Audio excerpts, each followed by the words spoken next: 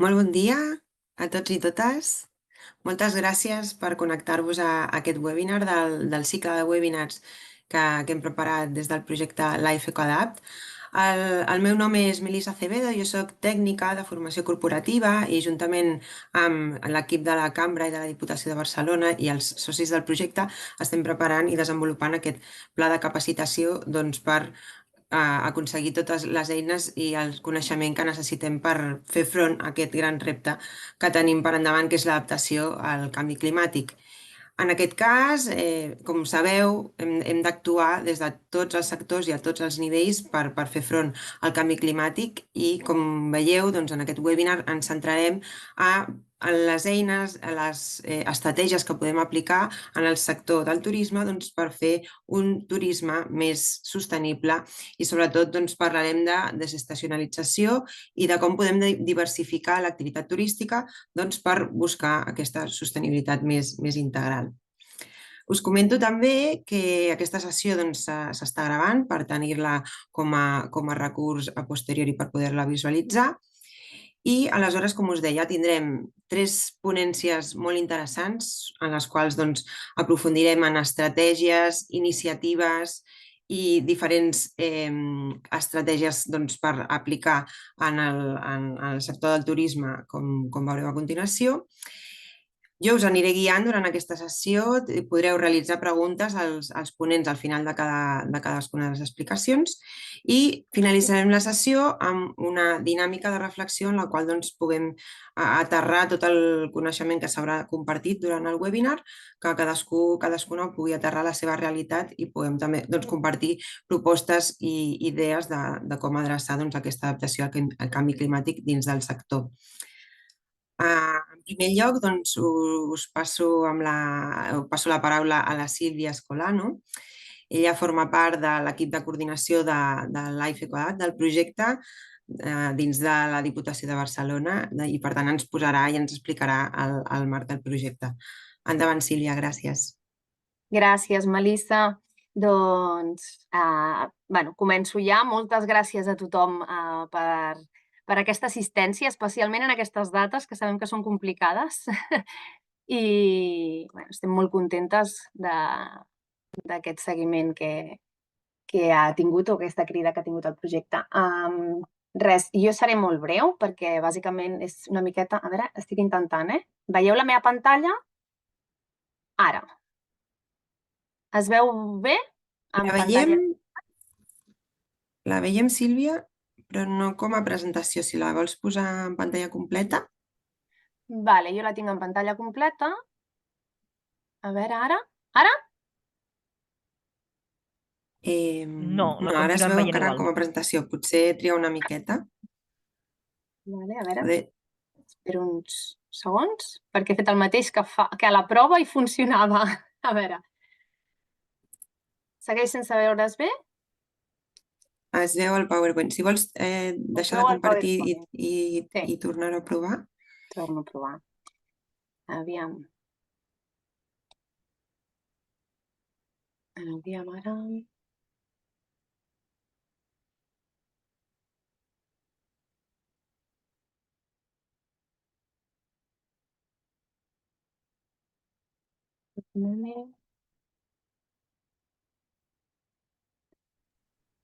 Ara veieu el PowerPoint?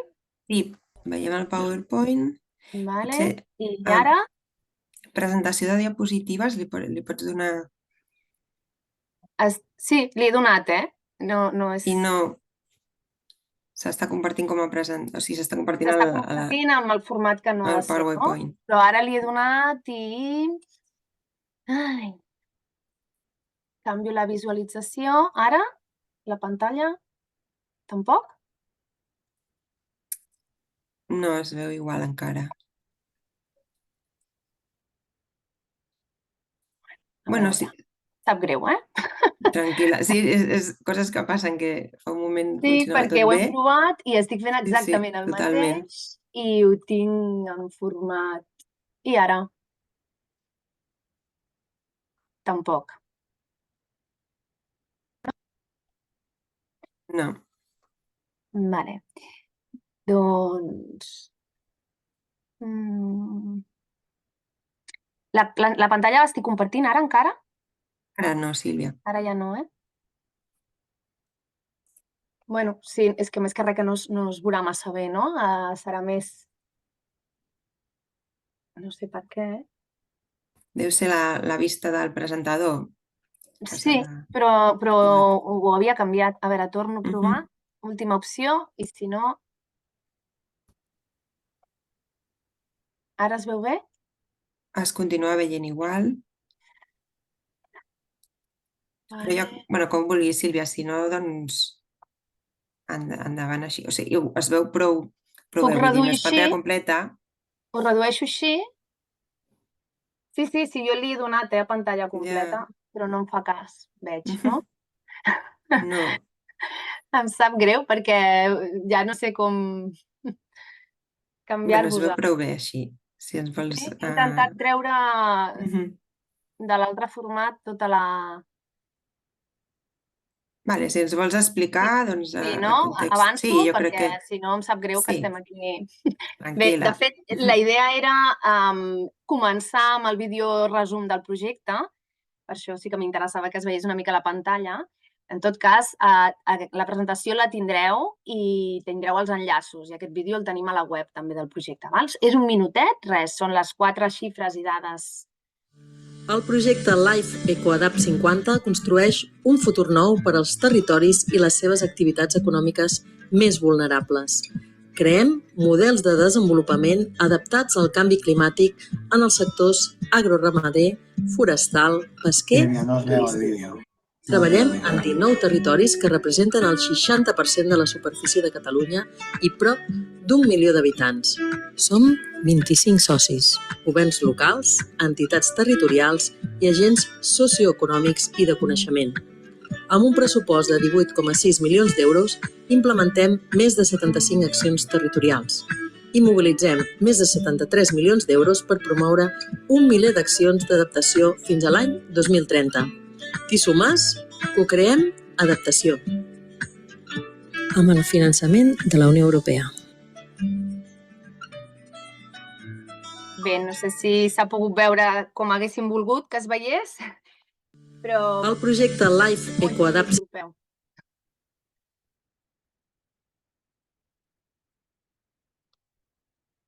Bé, bàsicament, us dic jo les xifres, si no, resumides. Com heu pogut veure, espero, aquest projecte abasta una gran quantitat de territori, el 60% en concret, de Catalunya, no és només de la província de Barcelona, tot i que la Diputació de Barcelona en sigui coordinador, i per tant, els socis d'aquests projectes és una de les raons de ser, no? De que, més enllà de que són entitats tant de caràcter públic com privat, són a nivell sectorial, els principals sectors als que aplica el projecte, i, a més, a nivell de tot Catalunya, no? De tot el territori. Teniu aquí una mica d'exemple de quins són aquests grups d'acció local que promouen les accions que es van desenvolupant a través del projecte i, sobretot, bé, ara ja s'ha berenat del tot, em sembla. Sí? Ho aneu veient? Melissa, em pots dir? Perquè jo a la pantalla no veig el que estic ensenyant-vos, eh? Estic al reptes? Estem veient la portada de la presentació. No està passant la presentació? No. Vale. Bueno, doncs vaig parlant. És que, clar, no tinc el feedback ara, no sé què esteu veient, em sap greu. Bé, intento explicar més del que tinc en presentació, no? Si vols explicar i no cal que comparteixis la presentació o com tu vulguis. Vale. Vull dir, simplement per fer el context del projecte. Doncs us faig el breu context i passem de la presentació. Gràcies, Sílvia. Bàsicament, els reptes d'aquest projecte tenim com 4 blocs. Principalment, no, és millorar la capacitat d'adaptació i de resiliència d'aquests territoris que formen part del projecte davant dels impactes de canvi climàtic que tenim ja a sobre. Llavors, com ho fem? A través de reduir la vulnerabilitat i, en concret, nosaltres estem enfocats als principals sectors econòmics que tenim identificats que a nivell local i que hem considerat que són els més transformadors, com són el sector agroramader, el forestal, el turístic per això avui també estem promovent aquest webinar, i el pesquer. I com ho fem? Ho fem a través de diferents eixos d'acció, però sobretot implicant aquests agents econòmics i socials del territori que mitjançant la informació, la conscienciació, la capacitació, la formació i l'acció promovem i creem espais de debat, de participació, de governança, que siguin estables al llarg del temps i que puguin anar més enllà d'aquest projecte. De manera que promovem aquesta participació dels agents per promoure accions, però sobretot i també per co-crear aquestes solucions.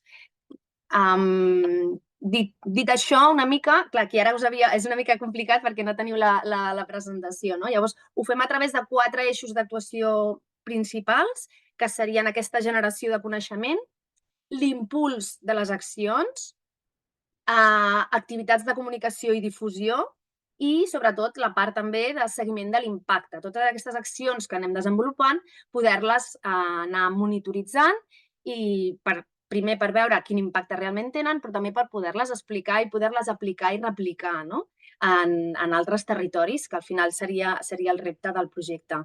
Llavors, el projecte en si, d'entrada, amb els prop de 19 milions d'euros, el que proposa és impulsar un mínim de 76 accions d'adaptació distribuïdes per tot el territori, el que dèiem, enfocades en els 4 eixos, i sobretot el que pretenem és augmentar aquesta xifra, això serien accions demostratives, i la idea és arribar, tenim calculat, fins a 1 miler d'accions, perquè el projecte anirà avançant i no només amb aquests 19 milions d'euros, sinó que té prevista la mobilització de noves fonts de finançament. En concret, en la part de turisme, que avui potser és on ens enfocaríem més, sí que hi ha unes prèvies línies generals d'actuació a l'inici, que serien una mica enfocades a la sostenibilitat i l'adaptació en el sector turístic,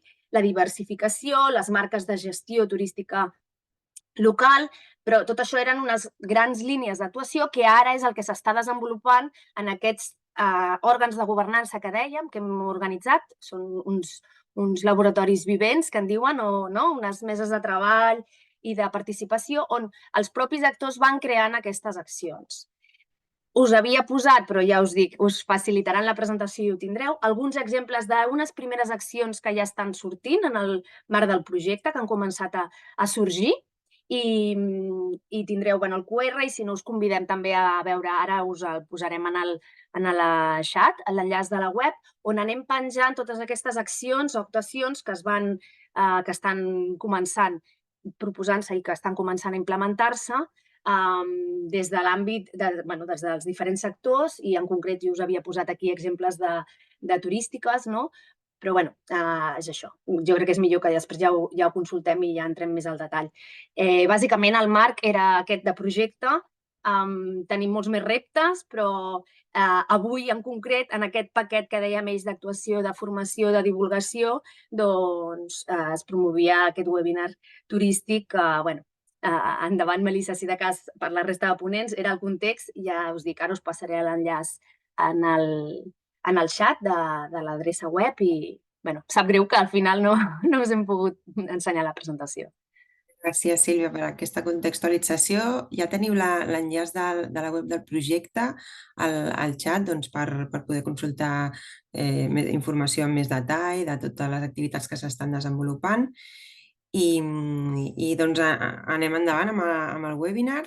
Tenim aquestes 3 ponències per endavant, amb aquest esperit que explicava la Sílvia de cocreació de les solucions davant d'aquest repte de l'adaptació del canvi climàtic. El nostre primer ponent és el Josep Capellà, ell és expert en turisme i desenvolupament local. Hola, Josep. Bon dia, gràcies. Hola, bon dia. Se sent, sí, oi? Sí, t'escoltem. Doncs a la seva ponència el Josep ens parlarà del turisme actiu i de natura, que és la clau per buscar aquesta desestacionalització i la sostenibilitat d'aquestes activitats turístiques al territori. Doncs et cedeixo la paraula, Josep. Endavant, gràcies. Molt bé, doncs bon dia a tothom. En primer lloc, gràcies per per invitar-me. Es veu? Sí, Josep, Es veu la presentació? Sí. es veu bé. Provo a veure si va passant. Ara sí, eh? Sí, Val. sí, sí. Era una prova per veure si funcionava bé.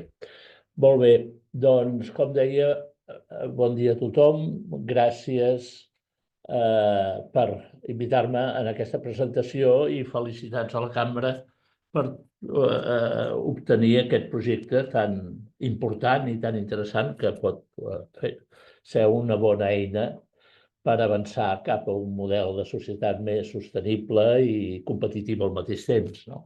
A mi em toca parlar de turisme actiu i de natura com una clau per desestacionalitzar l'activitat turística i per fer un model de turisme molt més sostenible amb el territori.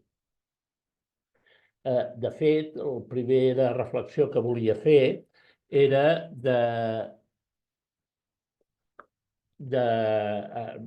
aquesta afirmació, no?, de que el turisme sostenible s'ha convertit en un factor clau de les estratègies de desenvolupament local.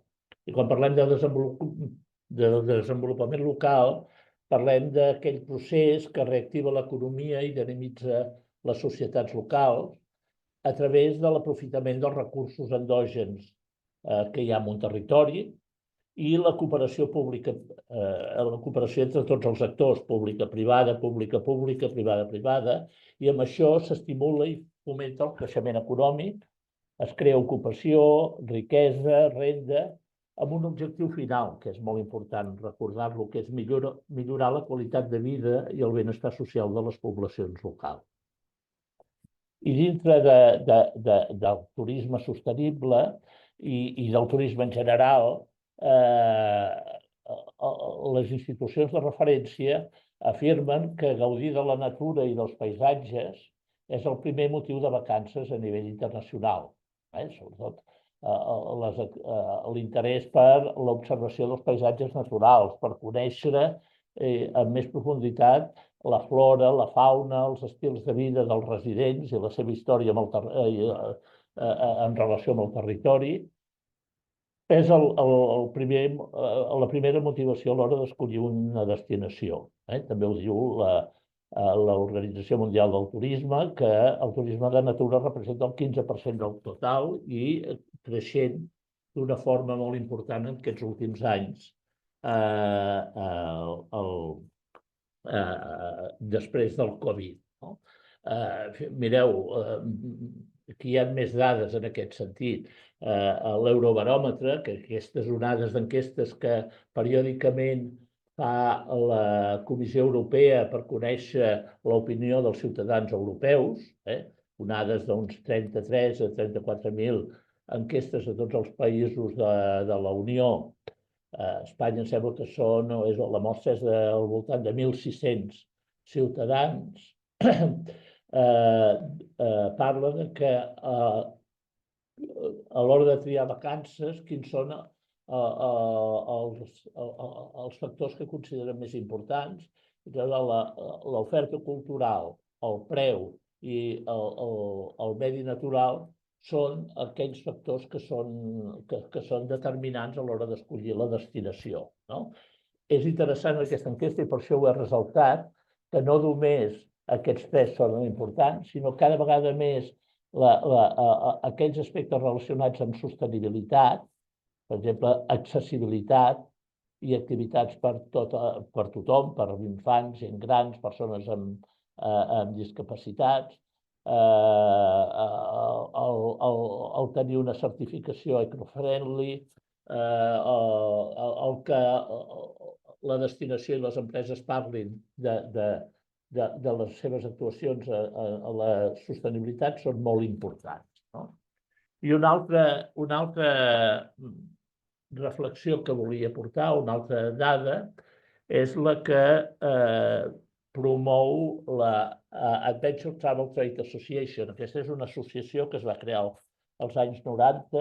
Actualment és la més important del món, que reuneix professionals de turisme actiu i d'aventura de tot tipus, des de guies, agències de viatges, allotjaments, entitats de promoció, etc.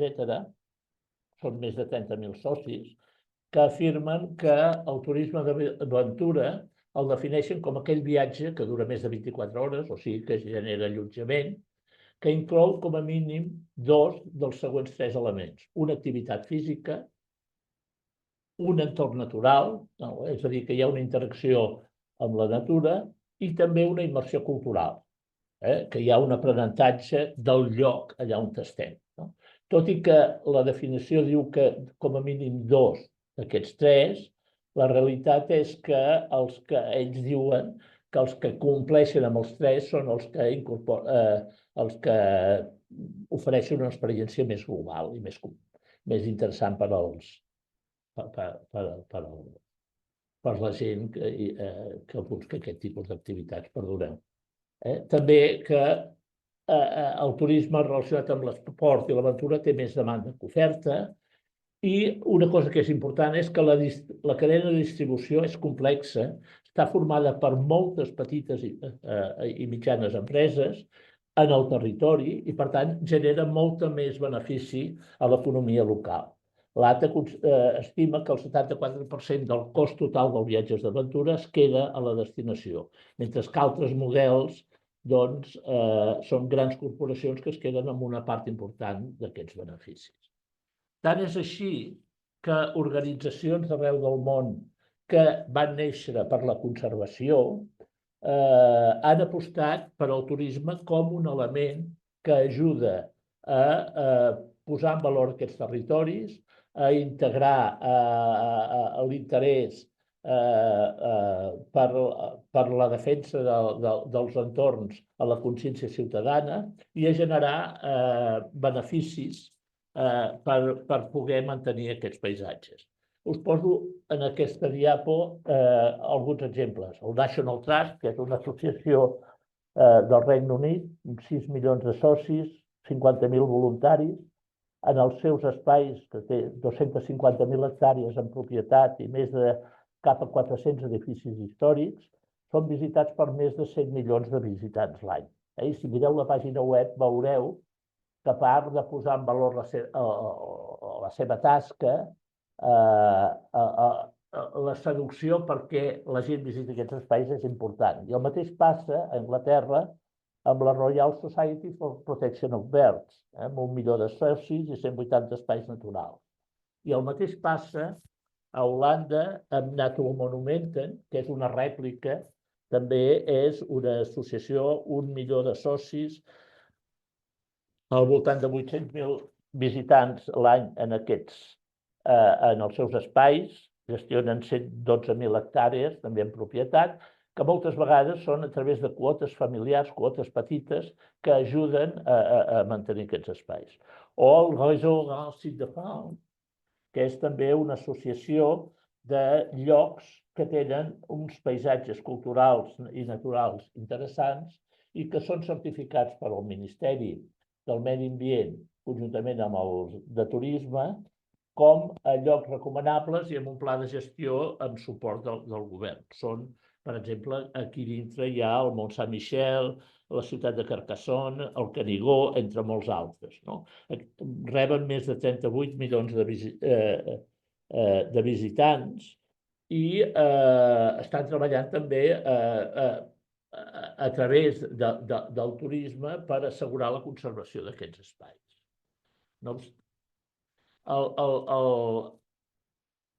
Tot i que el turisme és un factor important, hem de pensar que amb un projecte de desenvolupament local, que és la major part de les actuacions que fan les administracions, no ens podem centrar només en una sola activitat, amb el turisme, amb l'atenció de visitants, amb rebre molts visitants, perquè llavors l'impacte sobre el territori és important.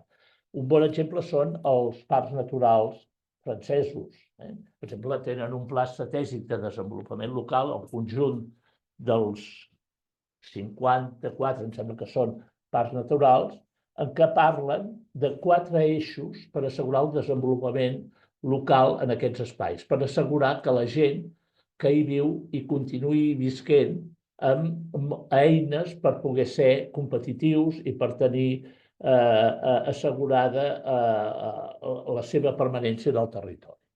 Aquests eixos són afavorir la cooperació entre les empreses, fomentar l'economia circular amb els consumidors locals, amb empreses del territori, socials, solidàries.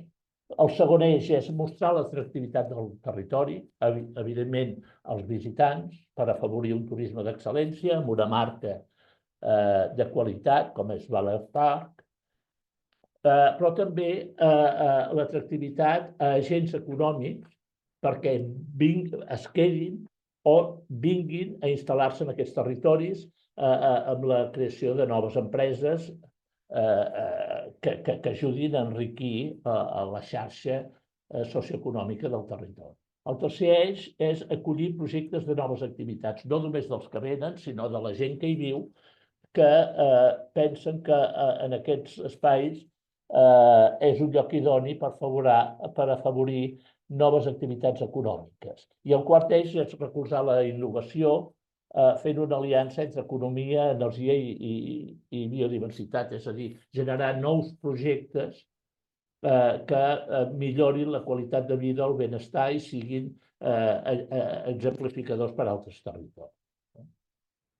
I què tenen els espais naturals per tenir aquesta capacitat de treure turisme? Doncs, per una banda, tenen unes condicions naturals i uns paisatges moltes vegades quasi inalterats, amb recursos espacials, ecosistemes representatius, espècies de flora i fauna escassos o en perill d'extinció, però sobretot són una marca de qualitat associada i de màrqueting que els fa ser reconeguts arreu.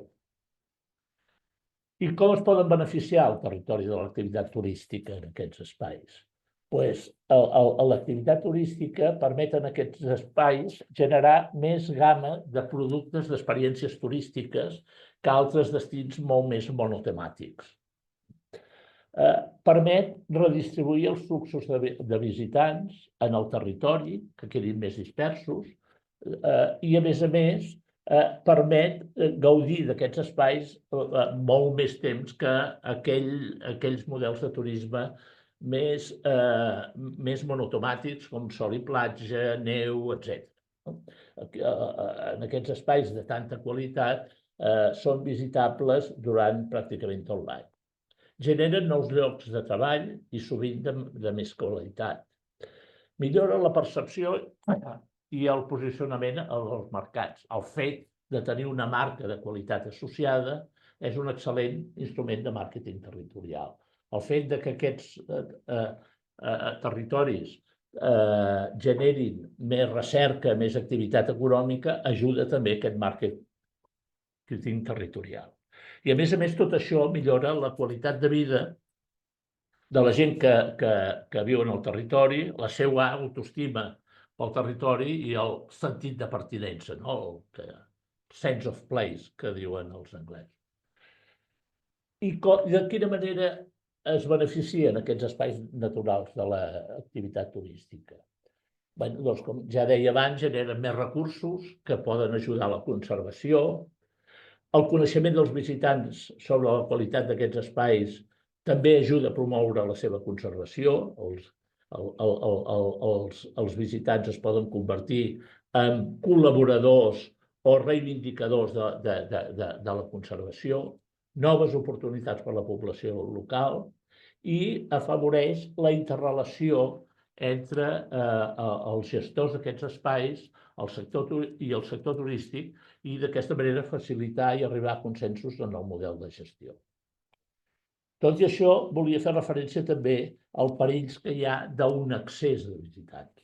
Mireu, aquest és interessant, l'estudi que va fer promogut per el World Wildlife Fund, fet per dues universitats, Princeton d'Estats Units i Cambridge del Regne Unit, que durant 10 anys, del 98 al 2007, van analitzar 556 parcs de 51 països i van arribar a la conclusió que en el món els espais naturals reben al voltant de 8.000 milions de visitants anuals.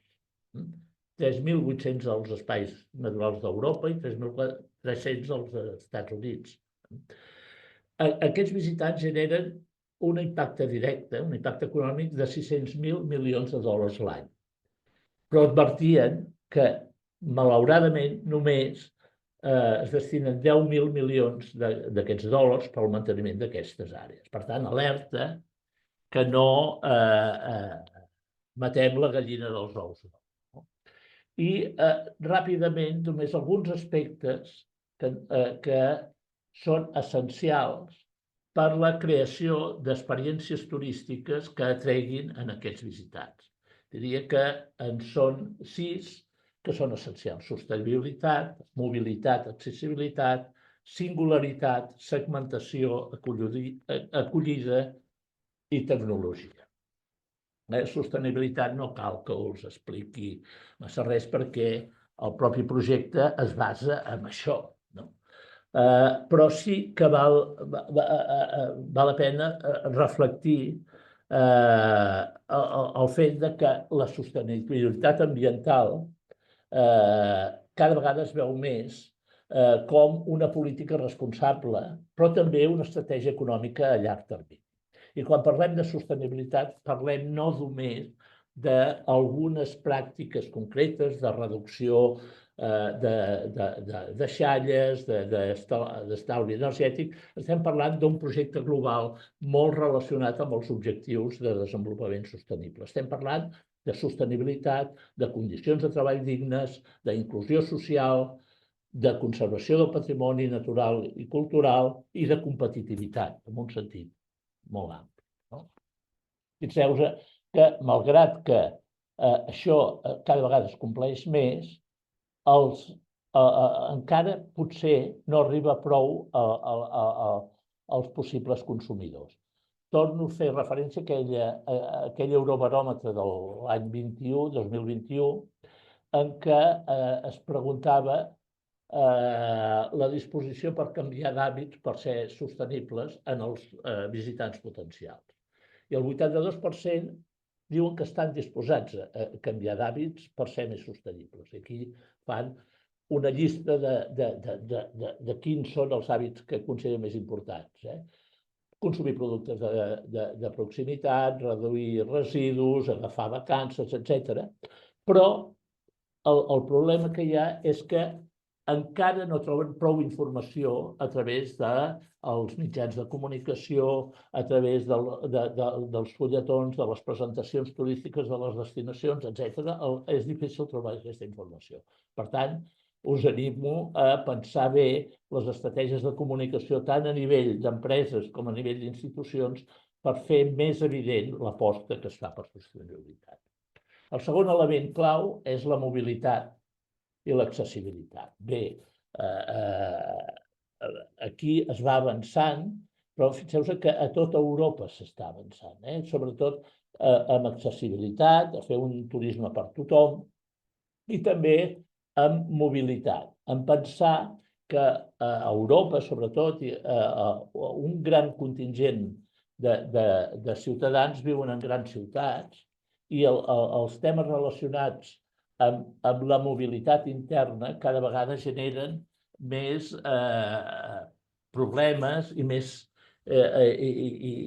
més impactes a la societat civil. De fet, per exemple, a París, només el 35% de la població té cotxe propi i a Copenhague un 29%. I a Londres també és un 35%, 36%, i només un 14% té un segon cotxe. Per tant, la mobilitat, la ecomobilitat, la mobilitat sostenible, el compartir elements de mobilitat cada vegada és més important i passa a convertir-se en una oferta turística. Per exemple, hi ha moltes regions franceses que ja fan productes concrets basats en descobrir aquell territori sense el cotxe propi. La Normandie, Saint-Marc-Voiture, la Bretagne, etc. L'altre element clau és la singularitat. El que, malgrat de que la gent visita uns territoris pel paisatge, per això també els visita perquè tenen alguns elements singulars. A mi m'agrada molt aquest exemple del National Trust, que la seva campanya de promoció, sobretot adreçada a les famílies, es basa, una part important, en aquest concepte. 50 coses que pots fer abans de complir els 11 anys i 3 quarts. Enfilar-te en un arbre, fer un pícnic, dormir a l'aire lliure, tota una sèrie de coses que pots fer, pescar, etc. I on tu pots fer millor són en aquests espais del National Trust que són visitables. És aquell element que li dona singularitat en el territori. Un altre exemple d'aquests que també m'agrada molt és, i està vinculat amb desenvolupament local i circularitat, és l'experiència que tenen a França una xarxa que són uns 120, 130 bars de pobles petits, que van desapareixent amb les noves tecnologies,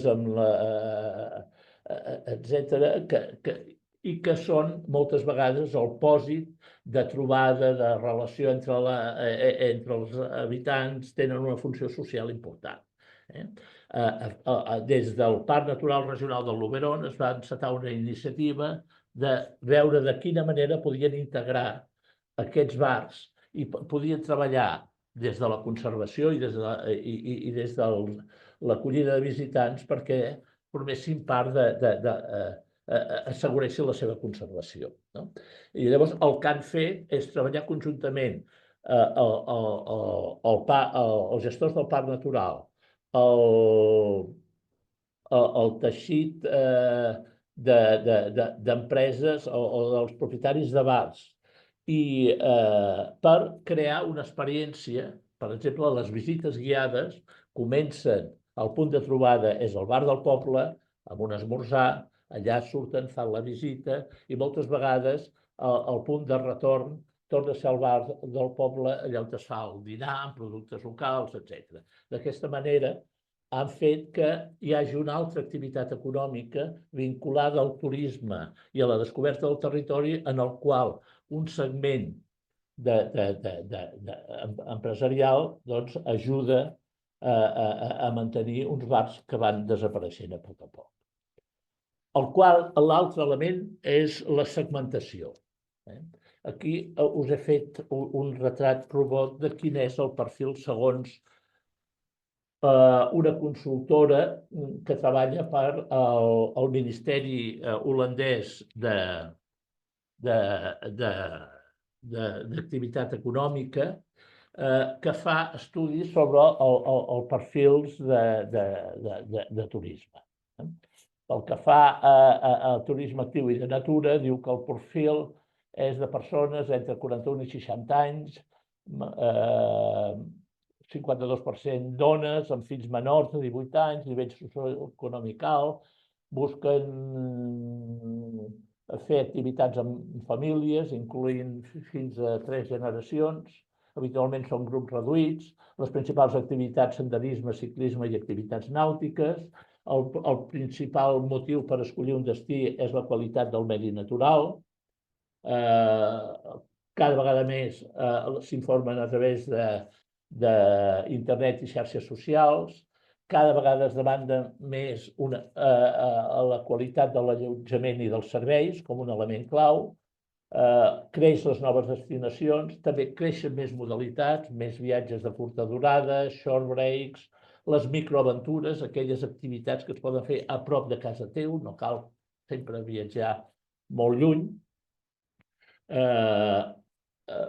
Cada vegada aquests clients potencials són més sensibles en temes mediambientals, busquen empreses responsables i que es presentin com a responsables i que expliquin per què són responsables, que siguin professionals, que siguin més segures, la seguretat davant de possibles riscos cada vegada és més valorada, que ofereixin experiències i que el futur passa per la combinació entre la visita al territori que incorpori experiències gastronòmiques, patrimoni cultural, artesania, etc.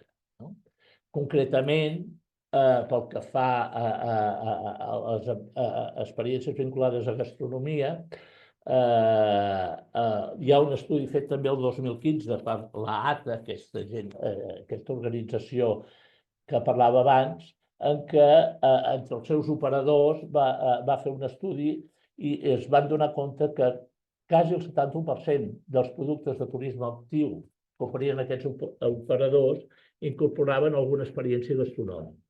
I els productes que incorporaven aquesta experiència gastronòmica tenien un preu molt més alt. Les més importants eren show cookings, visites a cellers, destil·leries, etc. Per tant, tot això jo crec que ens ajuda a crear, a estructurar productes, que també m'agrada sempre posar aquest esquema, que malgrat que és de fa molts anys, de l'any 92, explica molt bé en què es basen les ofertes turístiques, les experiències turístiques que posem en el mercat. Sobre uns recursos que existeixen en un territori, s'hi incorporen tota una sèrie de serveis i equipaments que permeten al visitant arribar al territori, moure's pel territori i descobrir els seus valors i els seus atractius, i això són els productes turístics. Però aquests productes turístics els tenim en el territori. A partir d'aquí hi ha un segon procés, que és posar-hi un preu, buscar el sistema de distribuir o directament al públic final o a través d'agències de viatges o a través de les xarxes socials i una estratègia per comunicar, per fer posar en el mercat, per donar a conèixer en el mercat als potencials clients l'existència d'aquests productes turístics. I això són les ofertes turístiques que hem de posar en el mercat.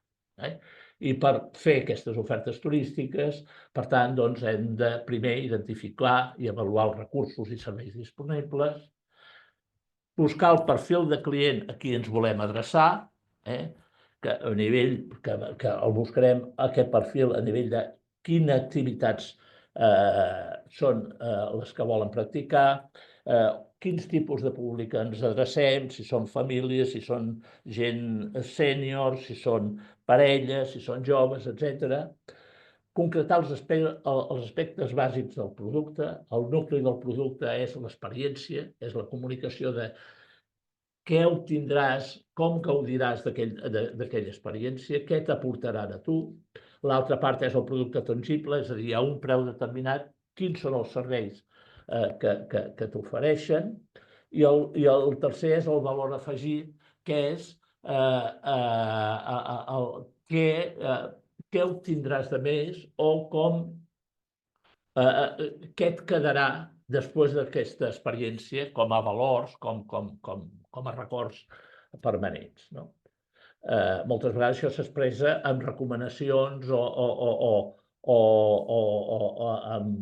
amb recollir les opinions de gent que ha fet de visitants que han fet aquesta mateixa experiència. Afegir valor a la proposta, explicar com la teva empresa genera totes aquestes experiències, qui t'ha recomanat, a nivell de destinació, quines publicacions parlen de tu, etc. I a partir d'aquí escollir els canals de comercialització. Sembla que ràpidament he fet potser una mica esvalotat una presentació del que volia parlar.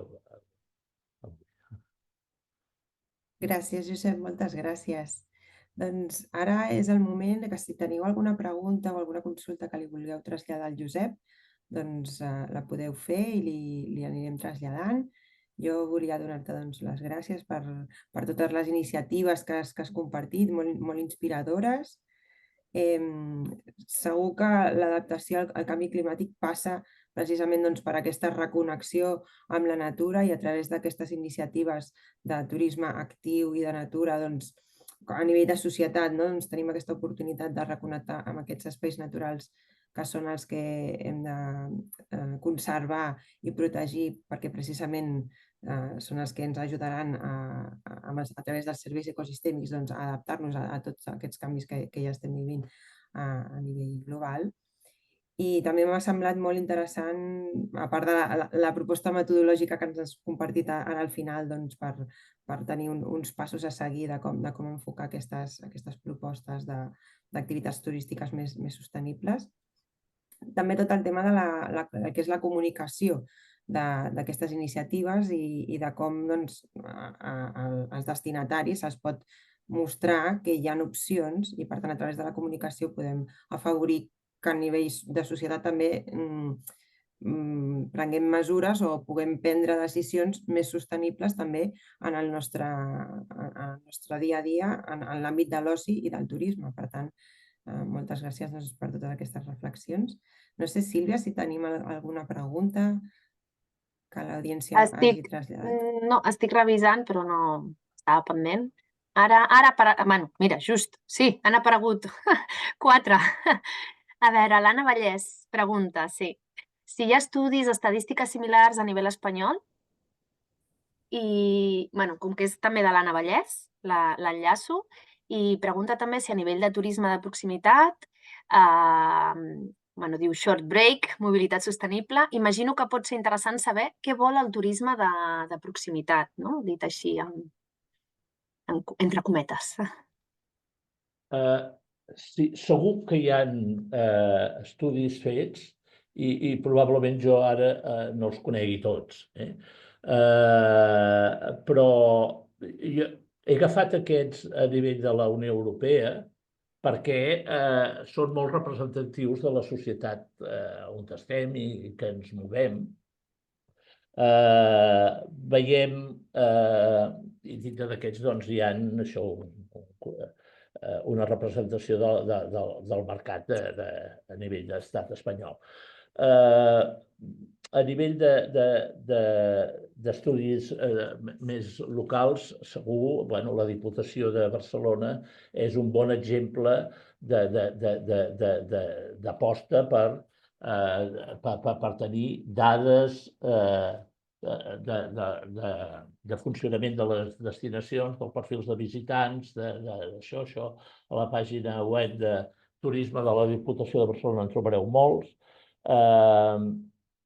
Fer referència també a això que dèiem, a les estades de proximitat, que a vegades estan augmentant més. Són estades moltes vegades vinculades al turisme actiu, a ofertes culturals, són estades curtes, a llocs propers, amb una experiència molt concreta, amb la utilització d'empreses locals, sobretot guiatge, però també si no hi ha pernoctació, doncs sempre hi ha dinars, compres, etc. Tot això està creixent molt, ha crescut des ja de la crisi del 2008, que van començar els anglesos, que van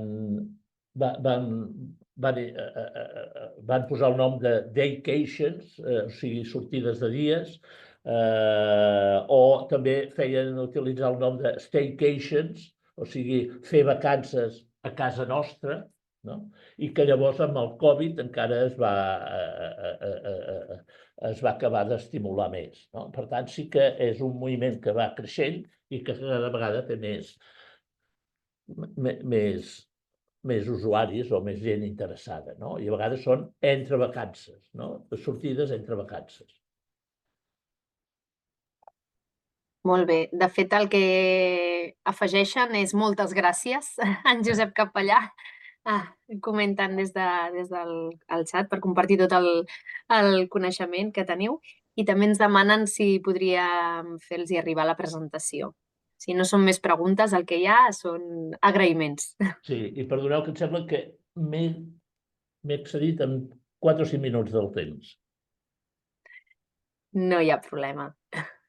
Gràcies, Josep. Gràcies, Sílvia. Gràcies. Seguim endavant amb la següent ponència. Parlarem amb el Jordi Vera, el tenim per aquí. Hola, Jordi. Hola, bon dia. Ell és director de Slow It Barcelona i ens parlarà sobre una plataforma circular friendly que han desenvolupat en el marc del projecte Compass sobre economia circular en el sector turístic, que de fet enllaça molt bé amb la ponència del Josep Capellà perquè, diguem-ne, no? L'economia circular és aquella economia que precisament ens fa pensar d'on venen, no, les matèries primeres que estem fent servir per als productes, serveis i cap a on van. No? Buscar minimitzar la utilització dels recursos naturals i reduir els residus. Per tant, també és conservar l'entorn i la natura. Endavant, Jordi, cedeixo la paraula. Moltes gràcies, Melissa. Doncs bon dia a tothom. Vaig a compartir primer. Vale, en principi, vale. Molt bé. Es veu bé. Es veu bé, perfecte, genial. Doncs comencem llavors. Val, doncs, com ha dit la Melissa, us parlaré del projecte que estem desenvolupant dins del projecte Compass i per fer introducció, doncs, parlaré primer què és el projecte Compass, per tothom qui no ho sàpiga, i posar una miqueta de context abans d'entrar en matèria, per dir-ho així. El projecte Compass és una iniciativa que va començar farà un any, ara més o menys, iniciativa de Turisme de Barcelona, de l'Ajuntament de Barcelona i de la Càtedra d'Economia Circular i Sostenibilitat del Tecnocampus. Doncs farà un any vam fer una primera reunió on ens vam plantejar el projecte i el que es va fer en aquell moment és, o sigui, el que s'ha buscat és trobar grups de treball que desenvolupin idees relacionades amb l'economia circular en el turisme. Llavors, com que és un tema bastant complex perquè no se sap ben bé o no sabem ben bé, jo no en sé gens, vaja, de què significa exactament l'economia circular en el turisme, doncs el que es va fer primer van ser unes sessions de treball en els quals especialistes en camps de l'economia circular en altres sectors que no són el turisme doncs ens expliquessin una miqueta què feien ells en els seus sectors. I aquí vam fer 4 sessions que van anar de gener a març, en les quals es van dividir en 4 temàtiques diferents. La primera va ser governança i comunicació, on es va parlar de la importància del lideratge a partir d'aquí, que tots els agents que estiguin, agents, empreses i actors dins del turisme que volguessin fer una transformació cap a l'economia circular, havien de tenir un lideratge actiu que passés a tota la jerarquia aquesta directiva de voluntat de transformació de tots els processos de l'empresa i de la gestió cap a un model d'economia circular. Amb això aniré ràpid. Vam fer construcció, que és molt més clara. Evidentment, amb consumibles i amb també el que és alimentació i tèxtil, per exemple, són sectors on tots podem tenir molt més clar el que significa l'economia circular, el reaprofitament, el fet de ja no parlar de residus, sinó parlar de recursos i que aquests residus deixin de ser-ho com a tal i que passin a ser un recurs que permeti desenvolupar altres productes o altres serveis. Llavors, un cop fetes aquestes 4 sessions de treball on empreses ens van explicar el que feien ells a nivell d'economia circular, doncs nosaltres vam crear uns grups de treball propis en els quals es van fer 3 projectes. Han sortit 3 projectes que estan en treball per aplicar una idea d'economia circular en el turisme. I en aquest sentit hi ha aquestes 3, que un és Committed for Food, que són empreses del sector de l'hostaleria que estan fent un projecte per evitar el malbaratament alimentari. 2, Persona Circular, que és un altre grup d'empreses que el que volen fer és una plataforma per agrupar proveïdors i agents turístics i generar com un mercat de segona mà per aprofitar tots els elements que poden anar d'esdeveniments, cadires, mobiliari o altres coses. I en el projecte que jo estic involucrat, que és el que vinc a explicar-vos avui, que és del qual us puc parlar una miqueta més, és el Circular Friendly, que de moment és un nom provisional, que de moment es diu així, i passo a explicar-vos una miqueta què és el que hem fet durant aquest any. hem sigut 4 empreses relacionades participant en aquest projecte, alguns més, passa que han anat caient, espero que molts altres es vagin incorporant i també a tots els que estiguin interessats estarem encantadíssims d'acollir-los en el nostre grup de treball i tenir idees conjuntes. D'acord? Llavors, anem al projecte en si. La idea és simple, podríem dir-ho, almenys de definir-la, jo crec que no és molt complicada, però és molt, molt complexa de dur-la a terme, perquè en el fons encara no sabem ben bé com anar-hi a patar. Però bé, la nostra idea és convertir Barcelona en un far de referència a tot el món en sostenibilitat i circularitat en el turisme. O sigui, que la gent que vulgui visitar la ciutat tingui clara, o sigui, vegi com Barcelona com un lloc model en aquest aspecte. Per tant, que tots els visitants que puguin i vulguin venir a Barcelona doncs tinguin la facilitat, lligant una miqueta amb el que en Josep Capella ens deia abans, que hi ha una dificultat gran de trobar informació al respecte de la gent interessada en sostenibilitat, doncs que sigui fàcil d'aconseguir trobar activitats, experiències, compres a la ciutat i que aquests serveis i productes siguin sostenibles. El com seria que generés un tipus de plataforma on el visitant pogués trobar tota aquesta informació. Aquesta seria la idea esquemàtica bàsica amb la qual estem treballant. D'acord? Llavors, per explicar-ho una miqueta amb més detall, faré 4 puntets per parlar primer de les necessitats que creiem que cobreix aquest projecte, els objectius que volem aconseguir, el que hem fet fins ara i el que esperem fer en els propers mesos. D'acord? Llavors, endavant.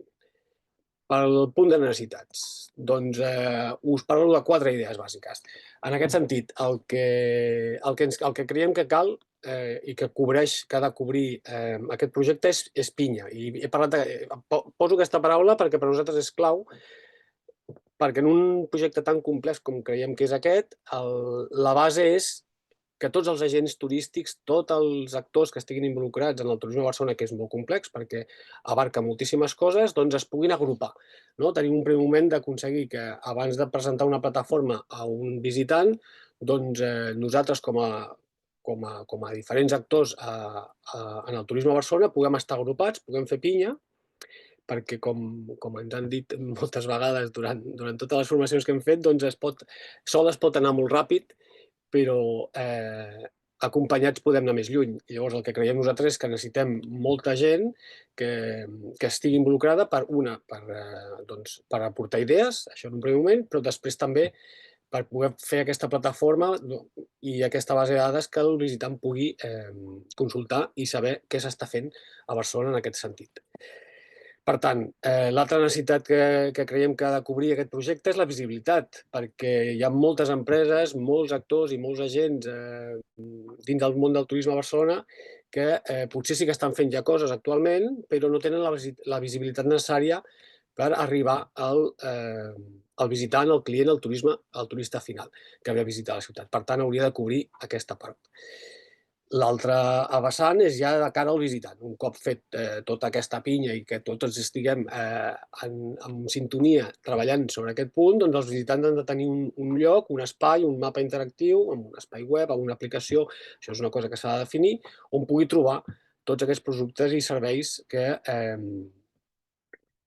estan oferint aquests productes sostenibles a la ciutat. I, finalment, doncs, l'altra necessitat que ha de cobrir és generar comunitat, perquè això també ha de ser un espai comú per tothom, per les empreses que treballem pel turisme, pels visitants que venen, però també per la ciutadania de Barcelona. S'ha de poder integrar perquè també ha de formar part de la sostenibilitat, perquè la sostenibilitat no s'entén sense la gent que hi viu i, per tant, també són serveis o productes que han de poder estar disponibles per a tothom.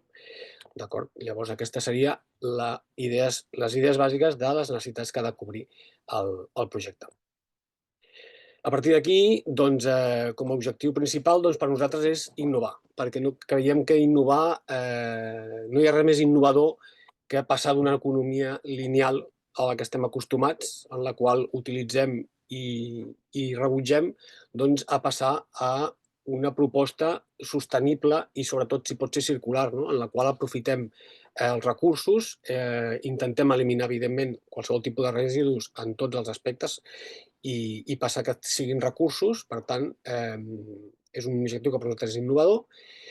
En l'altre punt, que també lligo amb una cosa que ens ha parlat en Josep Capellà abans, que és els interessos dels visitants que venen a Barcelona, que efectivament, doncs, malgrat l'interès per la sostenibilitat sigui creixent, la majoria encara el que mira més és el preu, el que li costa les coses, no? Llavors, és una barrera que també hem de poder superar. I nosaltres, en aquest sentit, la nostra idea és la de, en paral·lel a aquest tipus de plataforma, doncs hauria d'anar associat una espècie de passaport de recompensa que faci més atractiu la utilització d'aquest tipus de serveis.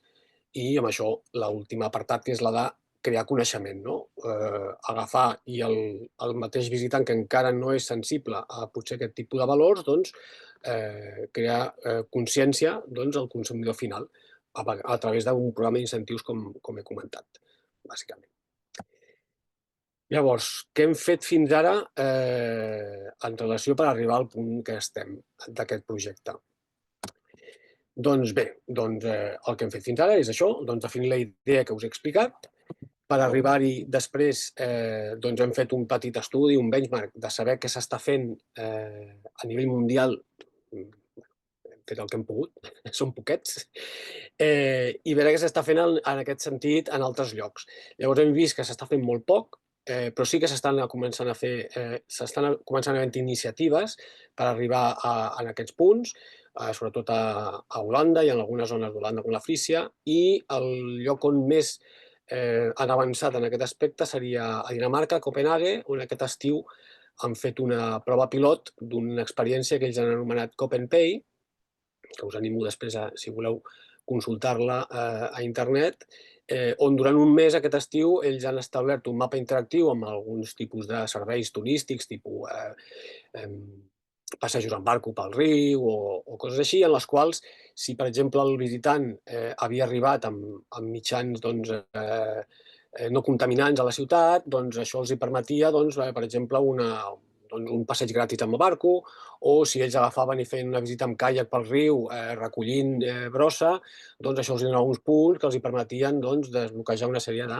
d'avantatges a l'hora de visitar la ciutat.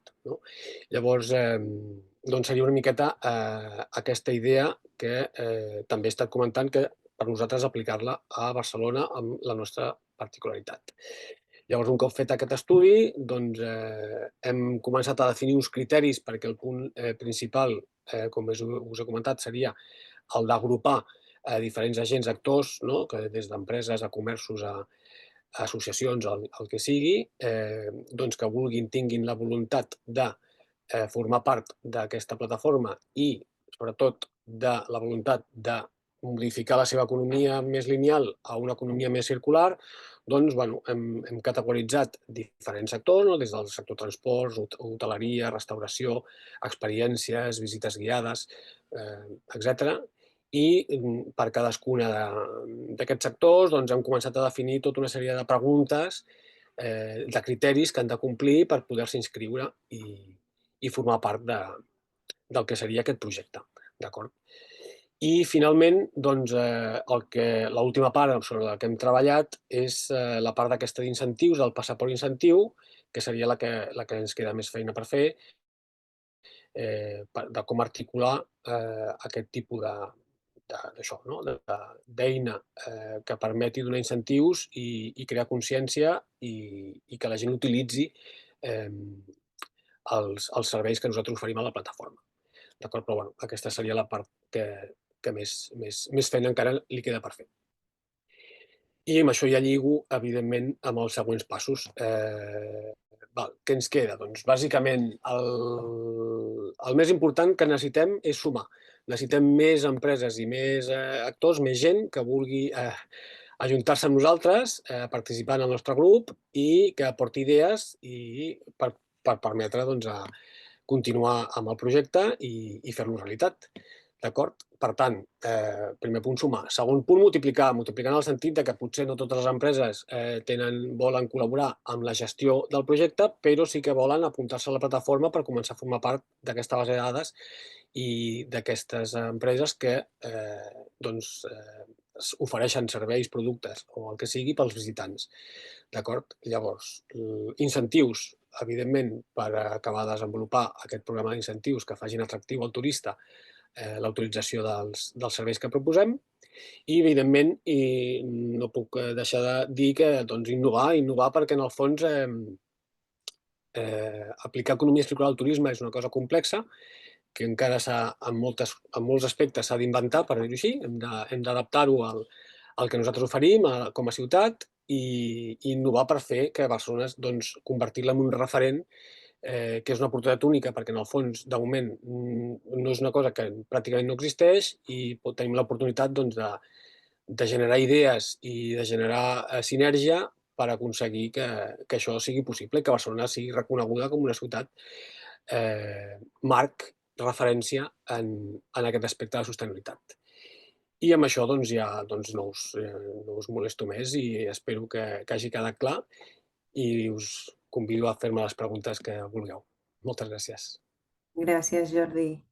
Moltes gràcies per donar-nos aquesta visió compartida de la importància de fer la transició cap a l'economia circular a tots els nivells i també en el sector turístic. Com dius, és un gran repte perquè hi ha moltes coses a construir i a co-crear i estem en directe construint aquest futur sostenible que tots volem aconseguir.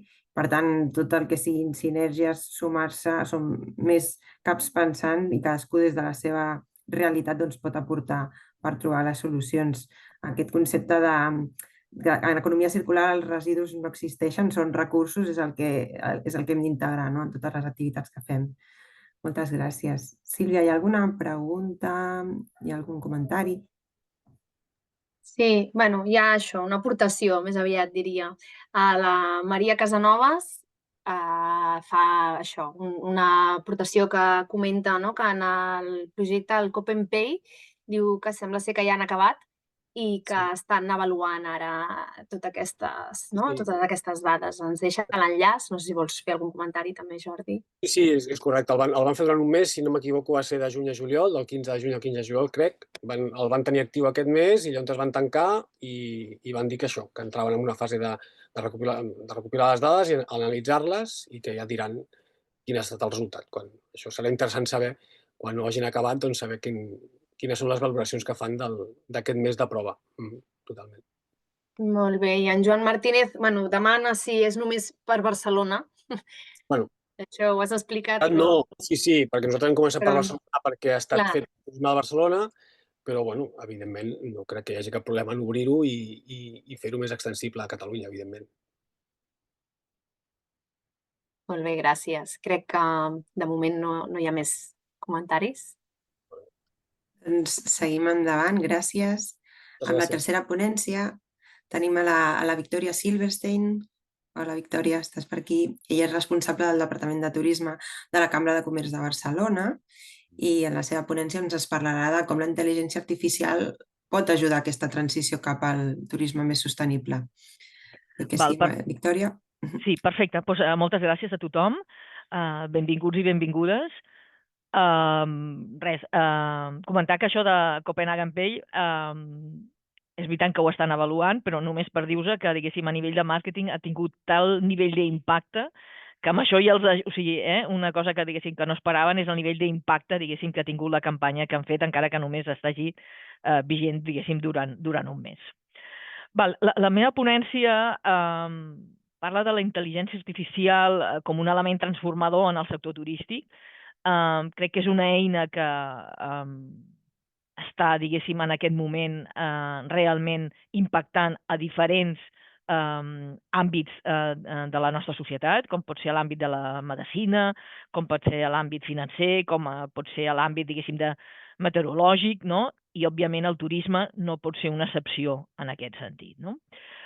Començo amb aquesta imatge, diguéssim, que ha estat generada, diguéssim, amb intel·ligència artificial, els hi hem posat, diguéssim, l'input de crear una imatge per una presentació de la intel·ligència artificial, no?, en el turisme sostenible, on surti ciutat, hotels, camps, etc, i ens ha generat, diguéssim, aquestes dues imatges amb diferents textos, diguéssim, en aquest sentit, però al final no podem obviar aquest element transformador que serà, diguéssim, la intel·ligència artificial en el sector turístic. De fet, a mi vaig sentir unes conferències, vaig anar a la jornada, diguéssim, de TIC aquí que es fa, diguéssim, a la ciutat de Barcelona i que parlava, diguéssim, de l'ètica i de l'impacte de la intel·ligència artificial. I recordo un vídeo del doctor Antonio Alcaraz, que és el cap d'Urologia de l'Hospital Clínic, on deia que el robot Da Vinci, la intel·ligència artificial, diu, al final és una eina que ens permet, no?, en aquells metges que són mediocres o regulars, fer-los bons, en els bons fer-los boníssims i en els boníssims fer-los encara molt més bons i permetre innovar, no? Per tant, ens ho tenim que prendre com una eina que ens permetrà ser molt millor del que som en aquests moments, no?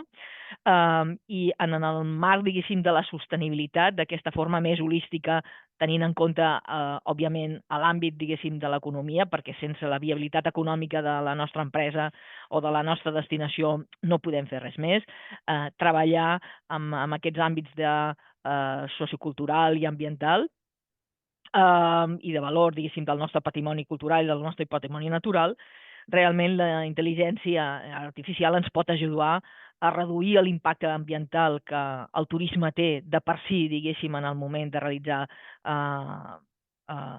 realitzar-se, diguéssim, els serveis i els productes, a la millora de la sostenibilitat econòmica de les destinacions i també ajudant-nos, diguéssim, a promoure un turisme molt més responsable i respectuós amb la cultura, diguéssim, a la que es va visitar. Ara, actualment, aquests són uns exemples, diguéssim, d'aquestes eines d'intel·ligència artificial, del ChatGPT, del Gemini, que són generacions, diguéssim, de generadors de textos, no?, d'informació que ens poden venir, uns amb un vocabulari molt més col·loquial, l'altre d'una forma potser més estructurada, més a nivell acadèmic, però al final són, diguéssim, eines que ens poden ajudar, diguéssim, amb el màrqueting o amb la comunicació que volem fer amb els nostres clients, no? O el Copilot, per exemple, que ens pot ajudar, a més, a poder-ho traduir en diferents idiomes. Per tant, aquella barrera, diguéssim, del tema dels idiomes, que sobretot per les petites i mitjanes empreses i sobretot, diguéssim, per les destinacions menys desenvolupades, encara continua sent, diguéssim, una barrera idiomàtica que ens frena, diguéssim, a l'hora de relacionar-nos amb mercats estrangers, doncs la intel·ligència artificial o eines de la intel·ligència artificial ens poden ajudar en aquest sentit. També a nivell, diguéssim, de màrqueting, intel·ligències de generació d'imatges, de generació de vídeos, de generació de vídeos, diguéssim, amb avatars, no?, per poder donar resposta i, per tant, poder donar un servei 24 hores 7, no?, com poden ser el Heygen o el del i3, o com poden ser el Midjourney o el Sora, doncs són eines que ens permetrien, diguéssim, treballar aquests aspectes, diguéssim, de l'operativa turística que en aquests moments per nosaltres o per algunes tipus d'empreses podrien arribar a ser, diguéssim, una barrera, no?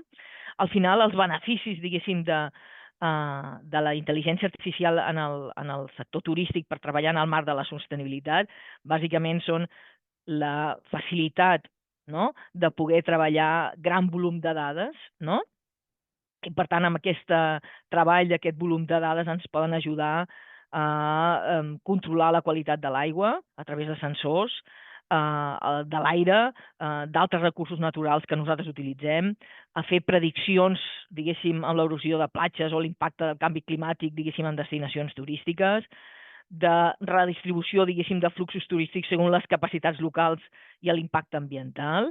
En el cas, per exemple, de Barcelona Ciutat, BCM utilitza molt aquest anàlisi de dades d'intel·ligència artificial per tota la gestió dels seus recursos, com poden ser el Parc Güell, l'anella olímpica, etc.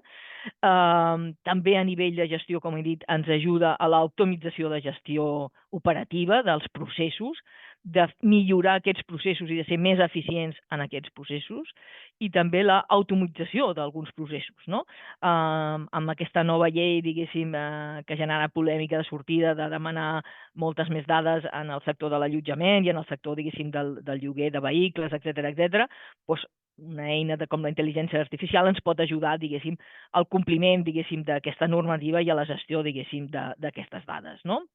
I a nivell de màrqueting també ens pot ajudar, diguéssim, a la personalització de les experiències cada vegada més en funció del perfil, de la segmentació i de les necessitats dels turistes, dels nostres clients, a generar, diguéssim, oferta d'activitats i de destinacions molt més alineades amb els interessos turístics i d'una forma molt més sostenible, amb predicció de tendències i de patrons de comportament dels nostres clients, i també amb l'automatització de rutes i recursos, diguéssim, en aquest sentit, no?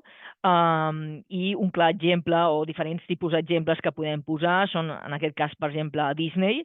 A Disney utilitzen la intel·ligència artificial per personalitzar l'experiència, diguéssim, dels seus visitants. Ho fan implementant aquestes Magic Bands, que òbviament es poden personalitzar en qualsevol, diguéssim, imatge en l'entorn o en el món Disney, i que els serveixen per consumir, per pujar i baixar de les atraccions, per entrar i sortir, diguéssim, del seu allotjament, i això, tot això, a més, els ajuda, els recrea, els regenera noves dades per acabar de conèixer millor el seu client i poder personalitzar molt millor, diguéssim, els serveis que donen, no? També tenim aquest altre exemple, que és una aplicació que és MyStripBook.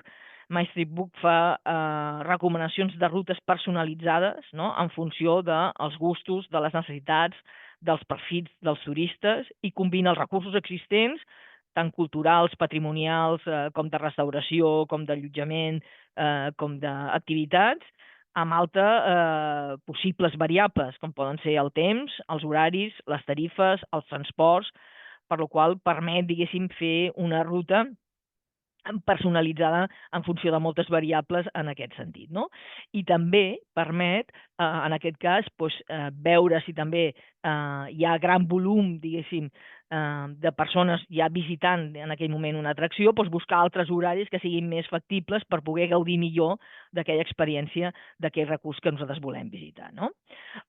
També la cadena Mercer Hotels utilitza la intel·ligència artificial en el review management, sobretot en l'horari de nit, no? En l'horari, diguéssim, que no té el seu personal, diguéssim, treballant i que té menys trànsit en aquest sentit de dades, està començant de fa uns quants anys a utilitzar la intel·ligència artificial per a aquesta gestió de review management, que després, òbviament, té un seguiment a través dels seus responsables i del departament comercial. En definitiva, els beneficis, diguéssim, que la intel·ligència artificial ens pot aplicar per tenir un turisme molt més sostenible és que ens permetrà ser més eficaços i precisos a la presa de decisions, ens pot ajudar a la reducció de costos operatius i mediambientals, ens pot ajudar a les destinacions turístiques a millorar la nostra reputació i també, òbviament, a fomentar un turisme molt més inclusiu, molt més divers. Aquestes eines, diguéssim, d'intel·ligència artificial també ens poden ajudar molt a generar serveis i productes per a totes aquelles persones amb diversitat funcional i amb les diferents diversitats funcionals que al final són molt, és a dir, hi ha tantes com persones, ens pot ajudar molt bé a personalitzar aquelles concretes per a aquella persona, no? No podem deixar de tenir en compte els reptes i les consideracions ètiques, diguéssim, de l'ús de la intel·ligència artificial. Des de la cambra sempre pensem que és una eina que ens ajuda, però que al final l'última paraula, la presa de decisió final té que caure, diguéssim, en persones. També hi ha un tema, diguéssim, legislatiu amb el tema de l'ús de les dades dels nostres turistes i, per tant, la transparència, diguéssim, de l'ús d'aquestes dades, per què s'utilitzen. Una cosa fonamental i un dels reptes fonamentals és que la intel·ligència artificial no traurà llocs de feina. El que sí és que les persones que estem en el sector, que no ens formem amb eines i amb l'ús, diguéssim, de la intel·ligència artificial ens quedarem fora de mercat. Però no perquè la intel·ligència ens tregui el nostre lloc de treball, sinó perquè la necessitat de capacitació de tot el personal que estem treballant en el sector turístic és necessària per continuar, diguéssim, per el dia a dia, per la nostra feina i per no quedar-nos, diguéssim, fora de mercat. I també tenim un altre repte, diguéssim, que ens tenim que assegurar, i crec que de les entitats aquí tenim un paper important, és assegurar que aquestes solucions siguin accessibles per les destinacions menys desenvolupades i per les petites i mitjanes empreses que tinguin menys recursos, diguéssim, en aquest sentit. I aquí ja sé que no està bé, però he venido a hablar de mi libro.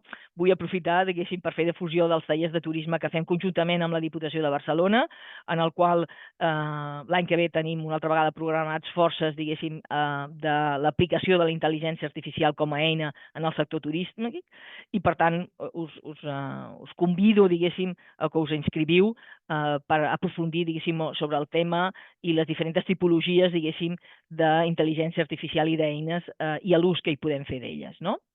No hi ha res més per a tancar, que anem una mica justos de temps, ressaltar, diguéssim, el potencial de la intel·ligència artificial com un element transformador en un sector turístic per transformar-lo en un model molt més sostenible i per emfatitzar amb la necessitat, diguéssim, de que es mantingui, diguéssim, l'ètica i la responsabilitat en l'ús d'aquestes eines i la necessitat, òbviament, com he dit abans, de capacitació, de formació de totes les persones involucrades. I per la meva part, res més. Moltes gràcies. Ja dic, us convido a que entreu a la pàgina web de la Cambra el primer trimestre del 2025, on trobareu tallers per poder aprofundir molt més, diguéssim, en l'ús i en el coneixement de les diferents eines d'intel·ligència artificial i com les podem utilitzar dintre del sector turístic. Moltes gràcies, Victòria. Molt, molt interessant.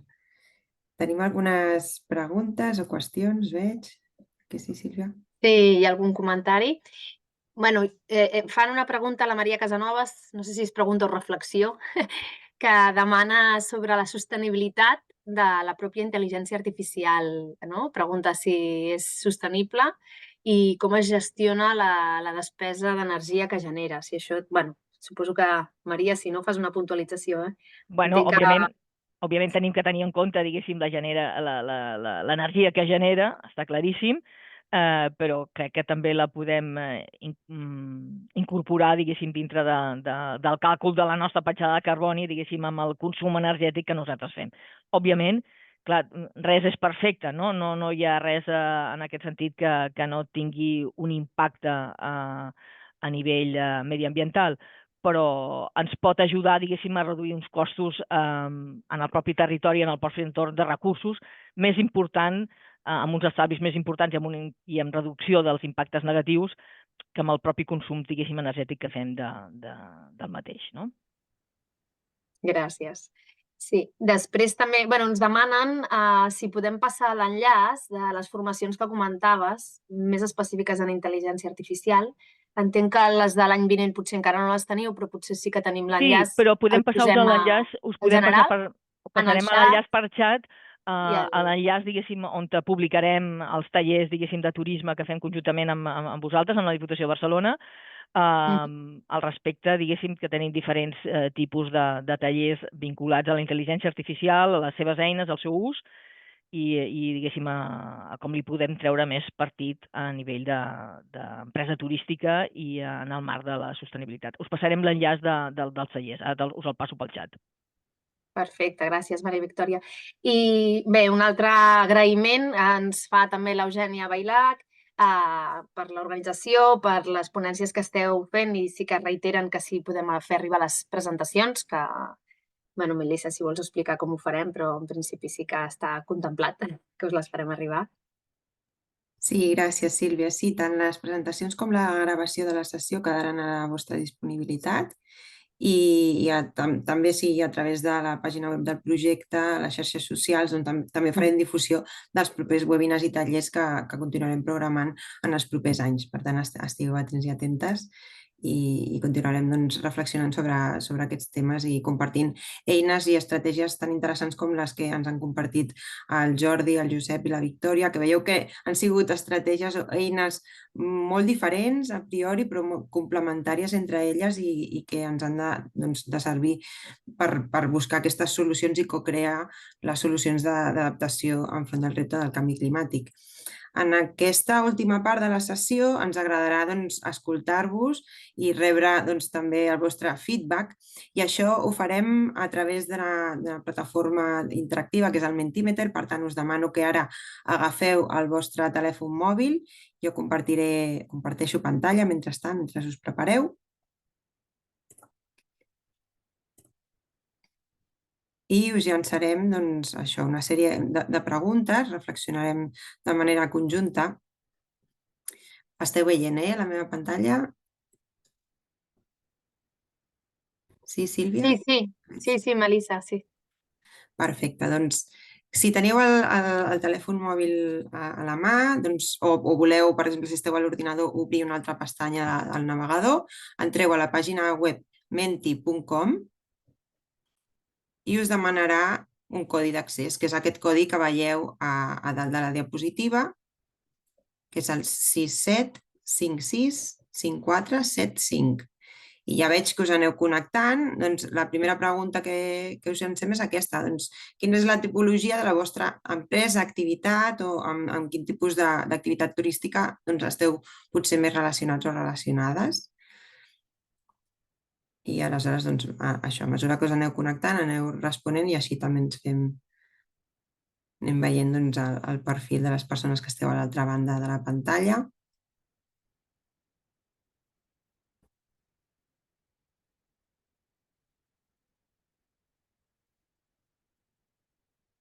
Molt bé, gràcies per anar responent. Clar, aquí veig altres, imagino que és perquè hi ha molta gent de l'administració, potser, no? Entenc que... D'acord, exacte. Avanço una miqueta a la següent pregunta.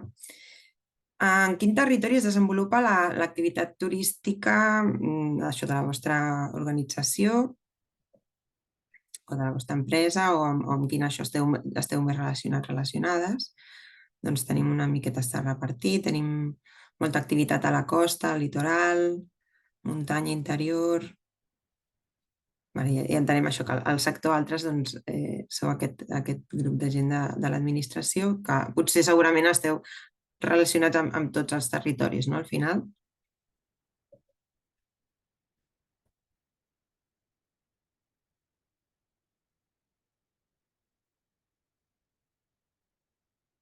Molt bé. Avancem una mica més, d'acord? En base a la pregunta anterior, ara sí que deixem uns minutets perquè ens agradaria conèixer... Sí, espera'm, perdona, Melissa, que tenim un parell de persones que ens demanaven com connectar-se. No sé si... Ah, sí. He ficat l'enllaç en el xat, també. El xat, perfecte, per si voleu anar directe. Ja està, només era per rescatar. Moltes gràcies. Perfecte, sí, entreu allà a l'enllaç que ha passat la Sílvia i el codi és el que apareix aquí a dalt de la diapositiva. En aquesta ens pararem una miqueta, Això, veig que ja aneu responent, però ens agradaria conèixer, en base a la resposta anterior, que parlàvem de en quin territori es desenvolupa l'activitat turística principal de la vostra entitat, organització o empresa, quins considereu que són els principals impactes del canvi climàtic en aquell territori i els reptes als quals s'ha de fer front. Aquí estem veient ja algunes respostes que van arribant. Transport de residus, gestió de l'aigua, gestió de recursos, millorar el transport públic, aigua, sequera, això és un tema recurrent, canvis en el litoral, mobilitat sostenible, els canvis meteorològics que poden canviar el benestar dels visitants i també la vegetació a l'entorn. Hi ha casos en què en la promoció del producte local agrícola doncs, hi ha molta preocupació per la viabilitat de l'agricultura i dels conreus. Les temperatures que poden no ser agradables per les persones que hi viatgen. Les pluges, sequeres, continuem amb aquesta temàtica de l'aigua, els recursos, renaturalització de platges és també un repte, el canvi de model econòmic, que parlàvem abans, també de l'economia circular com a l'objectiu que hem de tenir tots en ment. D'acord? Sequera i increment del nivell del mar també a les zones del litoral, canvis en la biodiversitat, canvi en l'estacionalitat. Molt bé. Veiem que hi ha alguns temes recurrents i que, en tot cas, també estan molt relacionats entre ells. Jo crec que amb aquest enfoc que ens parlava el Jordi el concepte d'economia circular ben bé engloba tot, engloba una gestió de l'aigua circular, una gestió dels recursos residus, que la paraula residus l'hauríem d'eliminar perquè són recursos que hem de reaprofitar. També té a veure amb l'eficiència energètica, per tant aquest enfoc estratègic és el que ens ha d'ajudar a solucionar tots aquests reptes. Anem a veure si vaig a provar.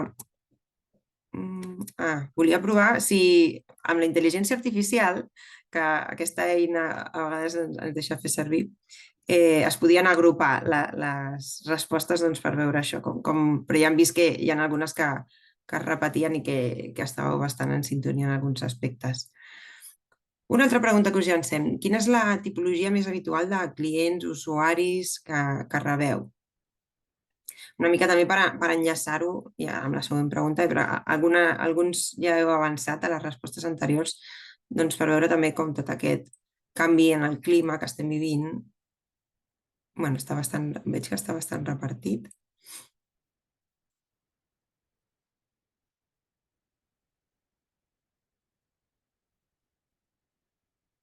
Això també és un reflexe d'aquesta diversificació que estàvem comentant, de com també els hàbits estan canviant a nivell del turisme local i dels viatges que realitzem en els moments d'oci.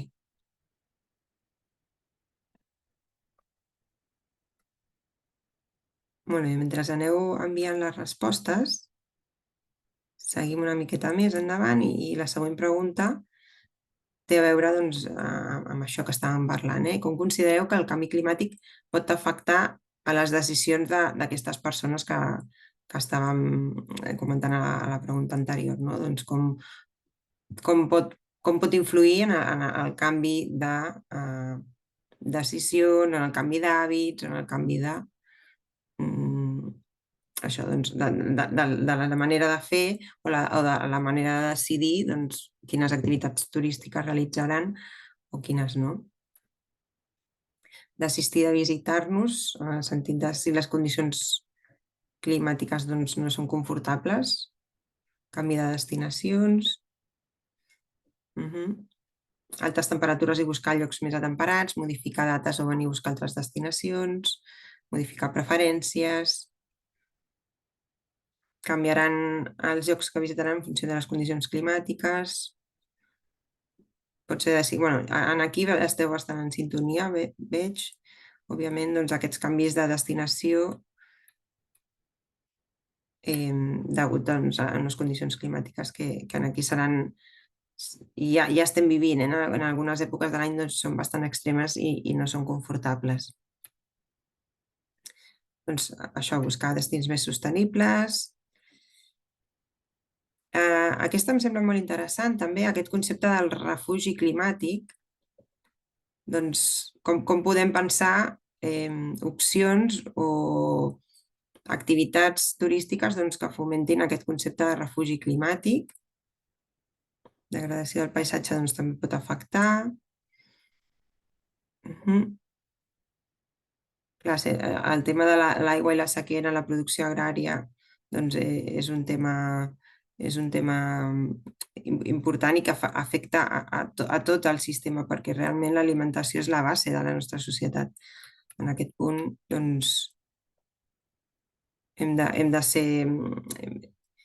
hem de posar-hi molta atenció perquè l'agricultura és la base de tot.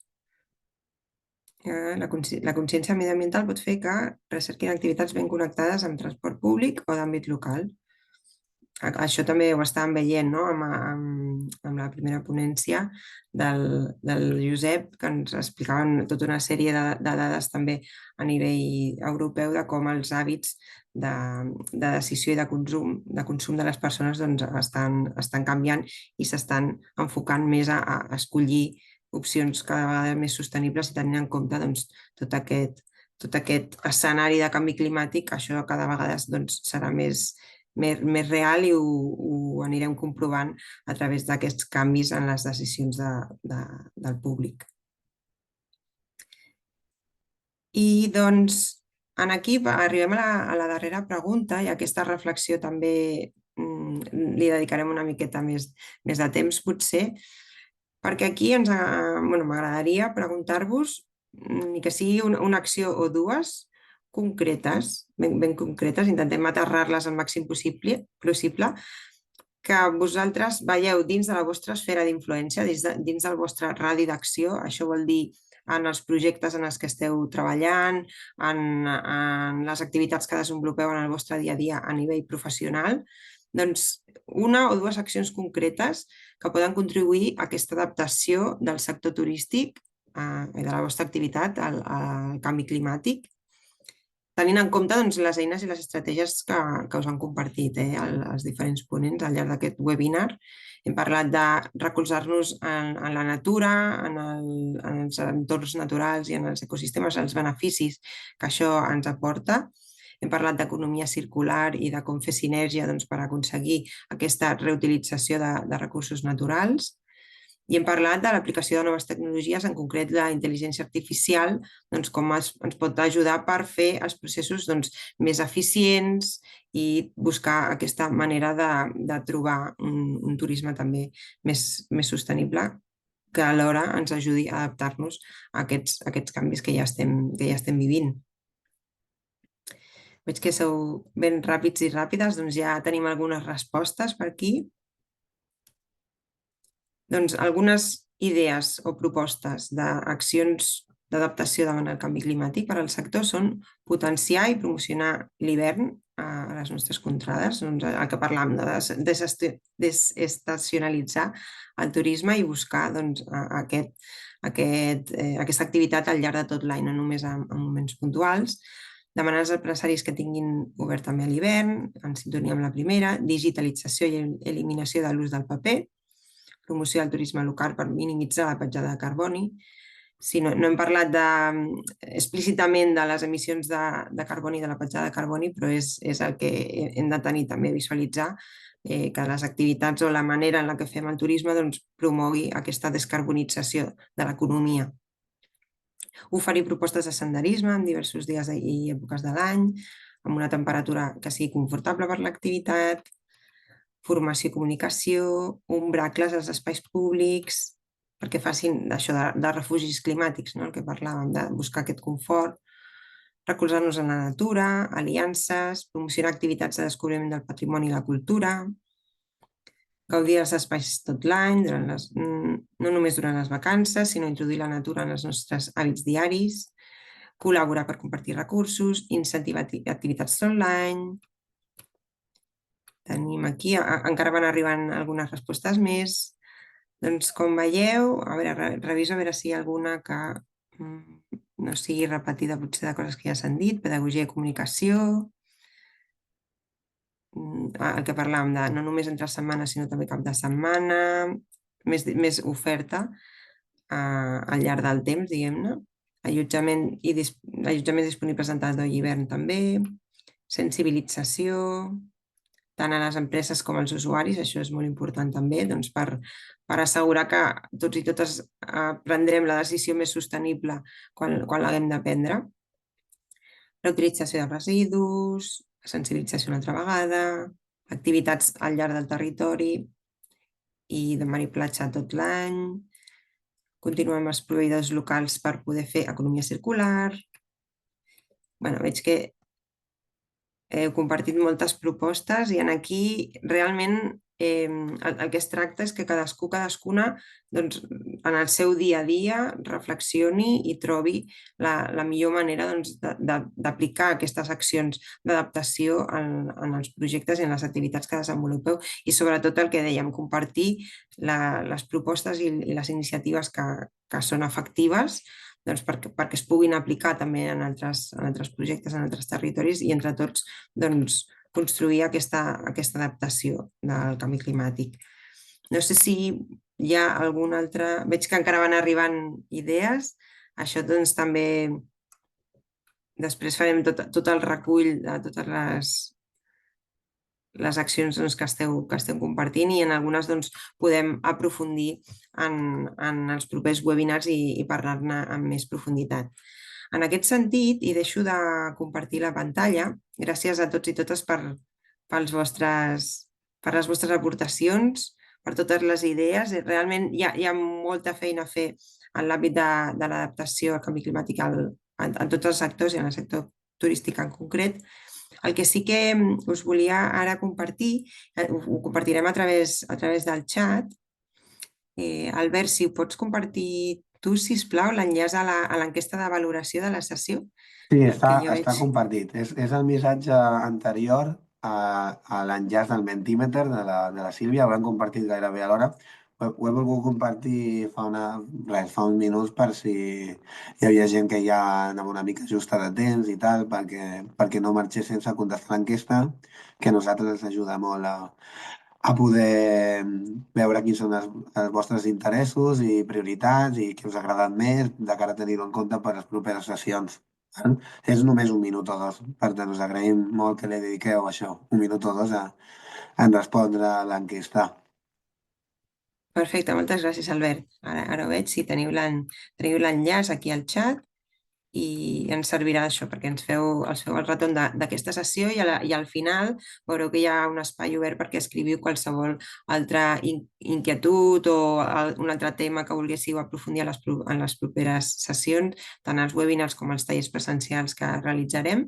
Així que la vostra resposta, el vostre feedback ens serà molt útil per continuar construint doncs, aquestes activitats de formació i capacitació. Anem a veure si mentrestant ens arriba alguna altra pregunta o comentari. Agraïments. Gràcies, Sofia. A vosaltres Gràcies a vosaltres, per Exacte. estar aquí.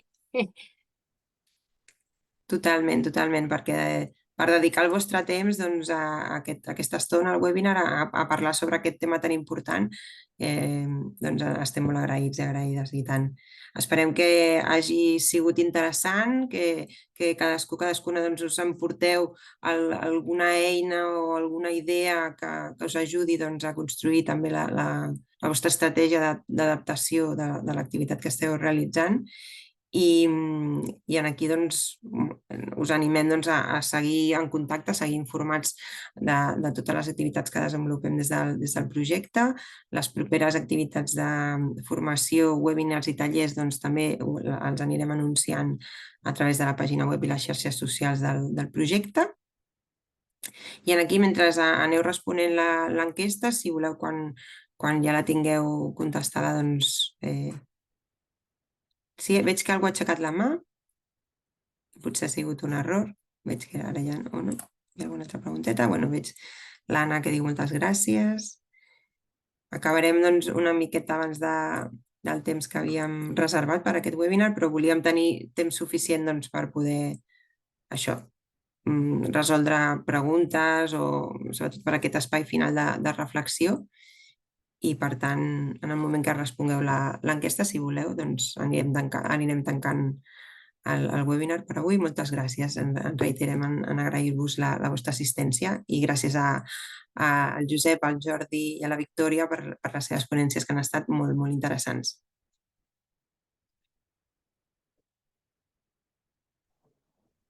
Vale, gràcies, Melissa, i gràcies a tots els participants també per per part meva, per part de la Cambra de Barcelona. Com veieu, no tinc gaire veu, per tant, jo he donat pas avui a la Melissa i la Sílvia i bueno, tots els ponents que han participat. Agrair-vos a tots i res, tanquem aquí la jornada d'avui i que passeu tots un bon Nadal i es veiem als propers webinars i tallers que organitzarem. Gràcies pel vostre temps i fins la propera. Adéu. Moltes Adéu, gràcies a tothom. gràcies.